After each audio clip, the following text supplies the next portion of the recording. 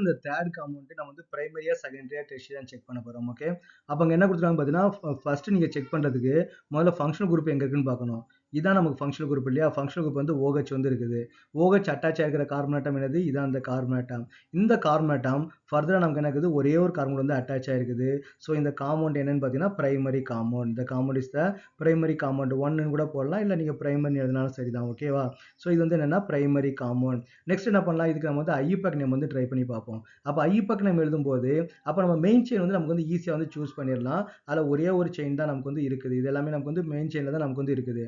அப்ப நம்ம next numbering குடுக்கும்போது, ஃபங்ஷனல் குரூப்க்கு லோயஸ்ட் நம்பர் வந்து குடுக்கணும். அப்ப இங்க ஃபங்ஷனல் குரூப் இங்க தான் இருக்குது. அப்ப இது வந்து நமக்கு வந்து ஃபர்ஸ்ட் கார்பன், இது வந்து நமக்கு வந்து செகண்ட் கார்பன், இது நமக்கு வந்து பார்த்தீங்கன்னா தேர்ட் கார்பன். அப்ப 3 கார்பன் ஆட்டம் வந்து இருக்குது. அப்ப நமக்கு இதோட பேர் நம்ம என்ன எழுதலாம்? புரோப்பனால் எழுதலாம். புரோப்பனால். அப்ப நம்ம என்ன? புரோப்பனால். புரோப்பனால். OLன்றது வந்து பார்த்தீங்கன்னா, ஆல்கஹால் வந்து நமக்கு வந்து ரெப்ரசென்ட் பண்ணும். அப்போ புரோப்பேன்றது பார்த்தீங்கன்னா 3 கார்பன் வந்து ரெப்ரசென்ட் பண்ணும். ஸோ இதோட IUPAC நேம் என்னன்னு பார்த்தீங்கன்னா, புரோப்பனால். ஓகே, நம்ம நெக்ஸ்ட் காம்பவுண்ட் வந்து பார்ப்போம். நெக்ஸ்ட் காம்பவுண்ட் ஃபர்ஸ்ட் என்ன பண்ணுவோம்? இது வந்து நம்ம பிரைமரியா, செகண்டரியா, டெர்ஷியரியா ஐடென்டிஃபை பண்ணுவோம். அப்ப இங்க வந்து நமக்கு வந்து ஆல்கஹால் வந்து இருக்குது.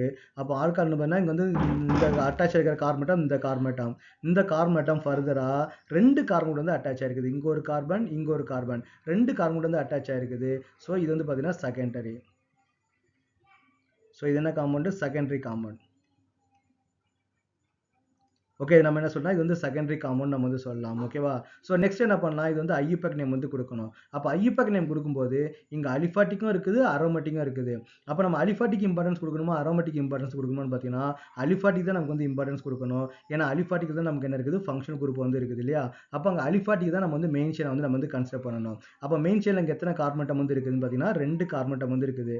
அந்த 2 கார்பன் ஆட்டத்துல இது ஃபர்ஸ்ட் கார்பன் ஆட்டம், இது நமக்கு என்ன? Second carbon atom. அப்ப இங்க ஃபினைல் ரிங் நமக்கு என்ன ஆகும்? ஒரு சப்ஸ்டிட்யூயன்ட்டா வந்து இருக்கும். அப்ப நம்ம வந்து IUPAC நேம் வந்து எழுத ஆரம்பிப்போம்.